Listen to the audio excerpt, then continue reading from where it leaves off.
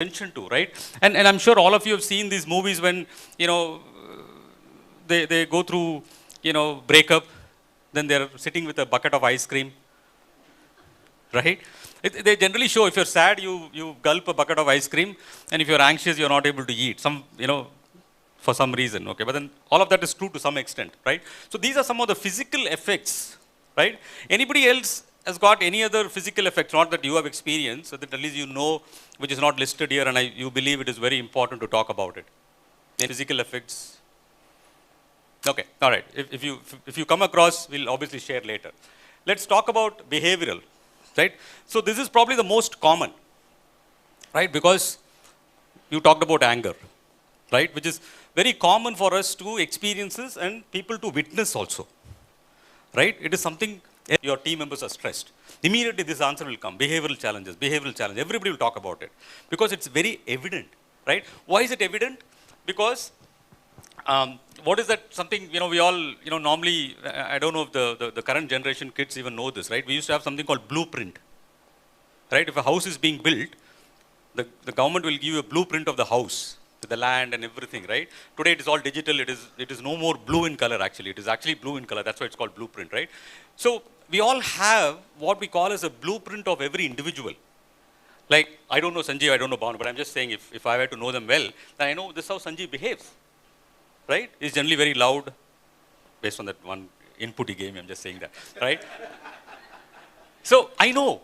And suddenly Sanjeev comes and says something, Saravanan, I'm like, what's wrong with Sanjeev? This is not the way Sanjeev talks to me, right? So we all have a blueprint of everybody in our head.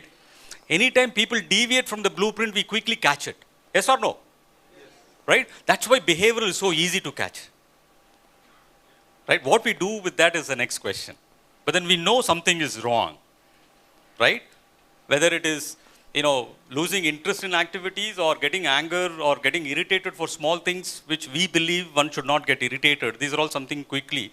And one of you talked about the social, withdrawal from that corner, right? So that is also very common, right? And these are times where you will notice, the group of colleagues who generally hang out for lunch together, tea break together, and suddenly one colleague says, no, I have some work to do. I got something else. Don't wait for me, go ahead, right? Suddenly this pattern will continue, right? Because they are isolating themselves, right?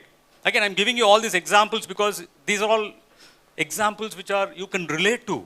So next time anybody in your group, right, your team says, I don't want to come with you and this pattern continues, you may want to think about why is this person doing this? Why is this person isolating themselves, distancing socially? Because we have come out of the social distancing long time back, right? No more social distancing for us. I hope it remains that way, right? So if they're doing it, we should obviously question that, right? It's very important from a behavioral standpoint. These are some of the most common. Any other behavioral challenge anybody has noticed? No, even actually what is happening, even in the house also the same thing is happening. So leave him apart. We are here, we will just enjoy. Yeah, then sometimes we also use this thing, like for example, if you have teenage kids, Yes. we generally use this term, they like to be alone, not necessary, right? Because that is one area where we all have to be together, spend time together, right? So that is not a right way of, calling it and doing it. So that is also something at house also it affects a lot. Thank you for that. Okay, so let's look at next as the psychological aspect, right? You talked about stress, correct? In terms of, how it affects us, right? Stress is probably the most common from a psychological standpoint, how it affects us, right? And when we talk about stress, the most important two aspects of stress we need to talk about is anxiety and depression. Can anybody tell me from your own understanding what anxiety, what depression means to you? Anybody? Again, there's no right or wrong answer. I'm saying, this whole thing is all about my own understanding, my own perception about all these things, right? Anybody has any thoughts about how is one different from the other? Okay. Anxiety is feeling of insecurity, okay? Uncertainty, okay? Spot on, absolutely. Anybody?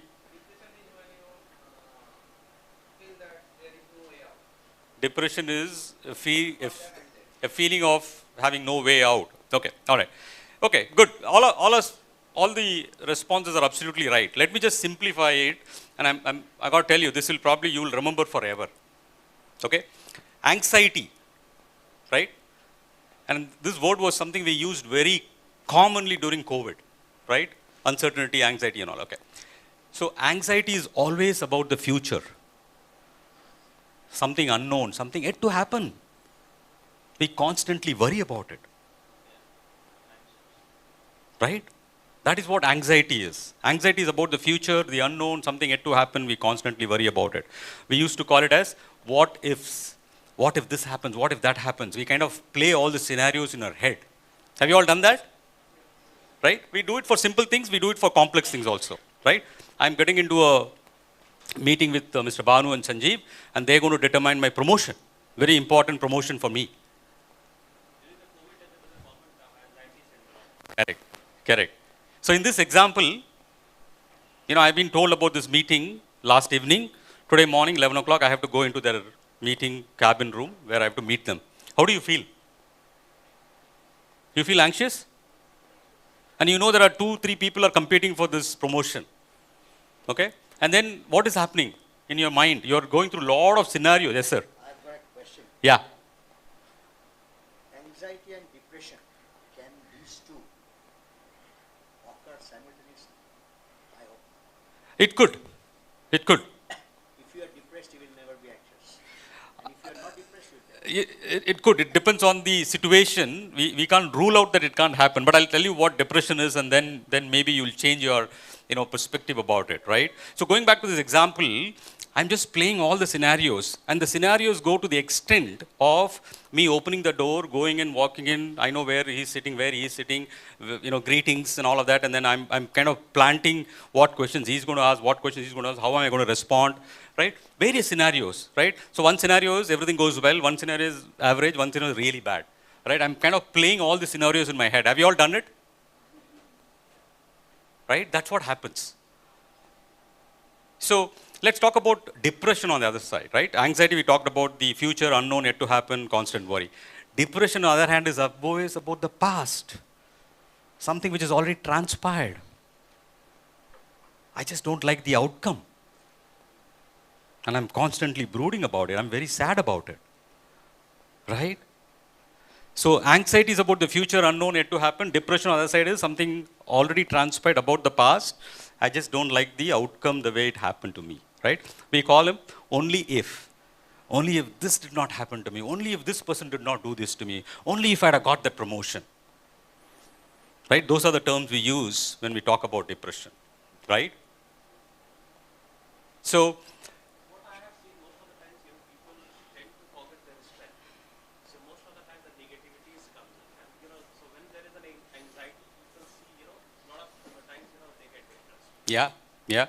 Yeah, that's also because majority of our thoughts are negative. Yeah. Right? So it's very natural for us to think to prepare ourselves in the worst case scenario. Unfortunately, this is again going back to the same fight or flight example. If you are depressed, so eventually over a period you will be cynical. Once you are cynical, you will never be anxious. Yeah. So again, if you separate these two, absolutely yes, right? Again, I'm calling out a lot of worst case scenarios where all of this could happen combined. Otherwise, so in this particular example, I go there, meeting is done. Next day morning, I got to hear. So after the meeting, my anxiety levels have dropped. I feel normal now, right? I'm not anyway. Oh, thank God that meeting is over, right? And then next day, I get to know somebody else got promoted, right? Obviously, I'm feeling very sad. Oh my God, what did I miss? What did I do? Why is that person more qualified than me? All of these things are, so I'm constantly brooding about something, two sides of the same coin, and coin being stress. Right? So this is the most common way we experience stress, through anxiety or depression, right? And it's something we all go through on a daily basis, right? There are anxious moments, there are sad moments, but then there are other moments also we all go through, right? Only the problem is when it continues or lingers for a longer period, then you need professional help, right? So, all right, on the cognitive side, You talked about one of the aspects on the cognitive side, right? Innovation, right? All of that happens here. Your focus, concentration, creativity, higher order thinking, decision making, right? Memory, all of that gets disrupted when you are in a stressful situation. Let me give you a 2-minute, we'll just take a little deviation to give you the aspect of, similar to the physiological side we talked about, we'll talk about on the cognitive side, why I go through it, right? So that you'll probably appreciate it much better. So when we talk about human brain, there are two parts of human brain I want to refer here, right? One is called prefrontal cortex. Okay? Prefrontal cortex, PFC. So prefrontal cortex is the newest part of human being's brain, which means this part of the brain did not exist during our caveman days, right? And what does prefrontal cortex do? It is the part of the brain which is responsible for all your focus, concentration, creativity, higher order thinking, decision making, memory, all of that happens through prefrontal cortex. It is also referred as the chief executive center of the brain, which means it's almost like a CEO of an organization. How important CEO for an organization is, prefrontal cortex is important to us. Is that clear? The next part of the brain I want to talk about is something called amygdala. It's just the size of a small badam, right? Amygdala is responsible for your emotions management. We talked about feeling angry, sad, happy, content, whatever it is, right? All of that emotions are controlled and managed by amygdala. Okay. So what happens the moment I am in a stressful situation? We talked about earlier the irritable bowel syndrome, one physiological side of it. Now we'll come to the cognitive side of it. The moment I am in danger, I am in a stressful situation, my brain is perceiving that I am in a stressful situation, it will shut down your prefrontal cortex. It's a physiological change happening in your brain. Okay? And then it will lighten up your amygdala. So what happens is, suddenly I have lost the power to rationalize, thinking, right? I've lost that power. And my emotions are taking over. Right? Suddenly I am angry, upset, whatever I am doing, right? So just recall one of the stressful situations you were recently in, you'll realize that after the stressful situation passes by, we make statements like, oh my God, what was I thinking? How could I have said this to Sanjeev? How could I have done this to him, right? Of course, you are not thinking in that situation because your thinking brain, logical brain was not available to you. Have you all done that? Very simple example, road rage. Somebody cuts you off. Like, what? And you go, cut him off, stop, and you get out of the car, yell at him. Right? Then later, 1 hour later, you're thinking, oh my God, what was I thinking? Was it really need for me to do that? Right? So that's what happens. Our prefrontal cortex shuts down when we are in a stressful situation. Our amygdala becomes a lot more active. Right? So that is why this happens. Right? So all of us, of course, want our focus, creativity, concentration, memory, all of that to work efficiently. Yes or no? Right? There is no age limit for it. Not like only school kids need to have all of this high, right? All of us need to have that, right? And that's why we make small mistakes, right? I write a nice email saying that attaching 2 documents and 2 documents are missing in the email. And somebody will point out, hey, you forgot the attachment. Oh, I'm sorry. Right? That is because I was not focused at that point of time while writing that email.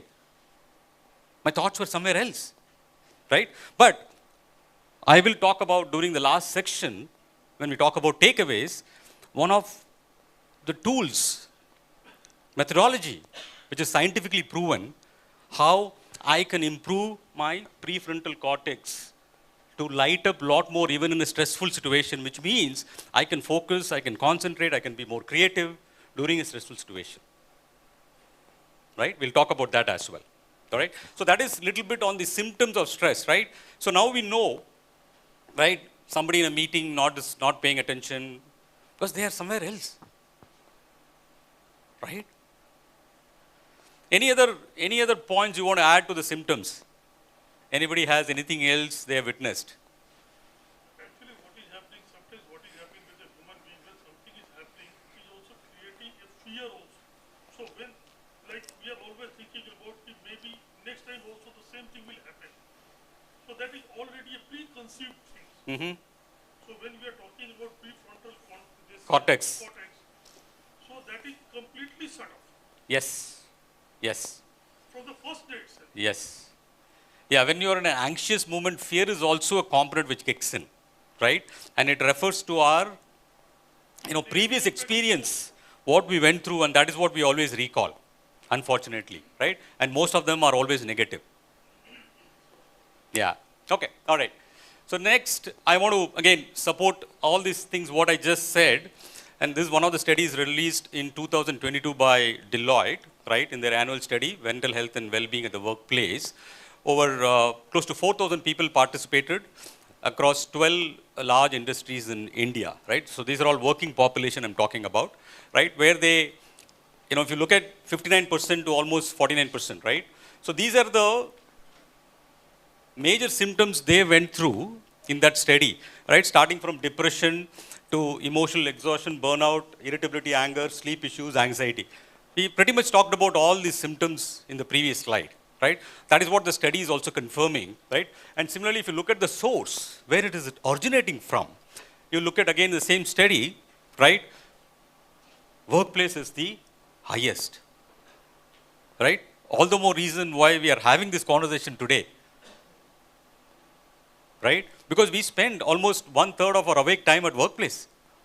It is obviously very important for us to understand and make some changes or do something about it, right? It's very important to understand, of course, COVID-19 factors, since it was done in 2022, still some of those COVID-19 factors were listed there, but eventually that will die down, right? That was never a reason before 2020 and will never be a reason from 2 years from now, right? All the other reasons will continue to happen, including family, social connections, and all of that, right? So if you look at most of these three, right, family, social, and workplace, the biggest reason for stress is relationships, right? We are all social beings, right? For us, connecting and with other human beings is very common, and when we connect, we have a relationship, and that is what gets challenged because we have certain expectations, that is not met, right? That causes stress for a lot of us, right? So that is something you may want to be aware of it, okay? All are interrelated. All are interrelated, absolutely. So even that kind of graph also I can't understand what is trying to show. Even the last one where you will go in the last graph, maybe the single person is going through all the situations. Maybe Po- single po- person is going through all Possible. what is graph is made for, still I can't understand. No, basically out of those 4,000 participants, they're all checking the boxes to say what is causing them stress, right? So most number of people, 59% of people selected depression as a reason. So that is the topmost, and with the anxiety being 40.